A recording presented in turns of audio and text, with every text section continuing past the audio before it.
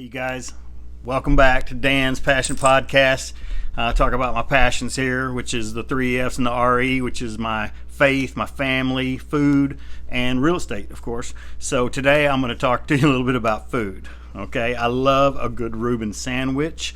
If you don't know what a Reuben sandwich is, that's like marbled rye with corned beef, and then usually it's some kind of cheese on it, Swiss cheese, I think, usually, and then Thousand Island dressing on top of that. It's a good sandwich. I got spoiled a little bit because the first one I had, and the best one I've ever had, was at the Carnegie Deli in New York City. Me and some friend of mine, we'd go up there, we'd teach these summer camps, and then we'd go into the city. We teach summer camps at Rutgers, New Jersey, and then we'd go into the city and go eat at the Carnegie Deli, have the best Reuben sandwich ever. It was literally this thick with the meat, and the Carnegie Deli went out of business this, I think 2 years ago now, probably, which is a bummer, but they had a great corned beef.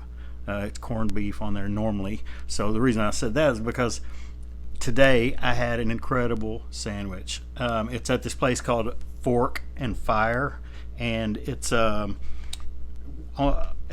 Plano, and they do their pastrami.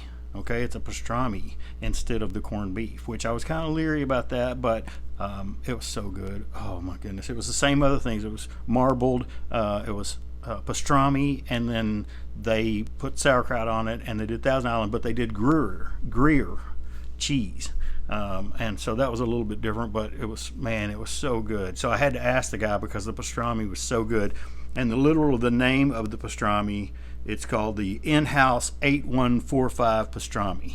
Okay, at Fork and Fire. You got to check that out.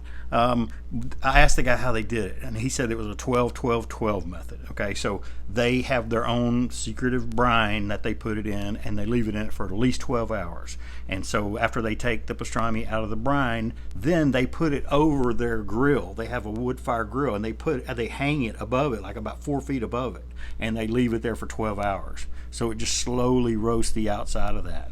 Then they take it off that, and they put it into a steam bath. And they steam bath it for 12 hours. And that's what makes their pastrami so good. And it was good. I'm passionate about food. Don't forget about that.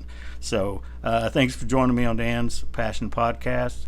Go check out this place. It's I don't get any endorsements or any of that. It's just so good. So it's Fire and Fork is what it's called. Fire and Fork. So it's in Plano. Go check it out. And if you need me for anything, give me a call. Talk to you soon.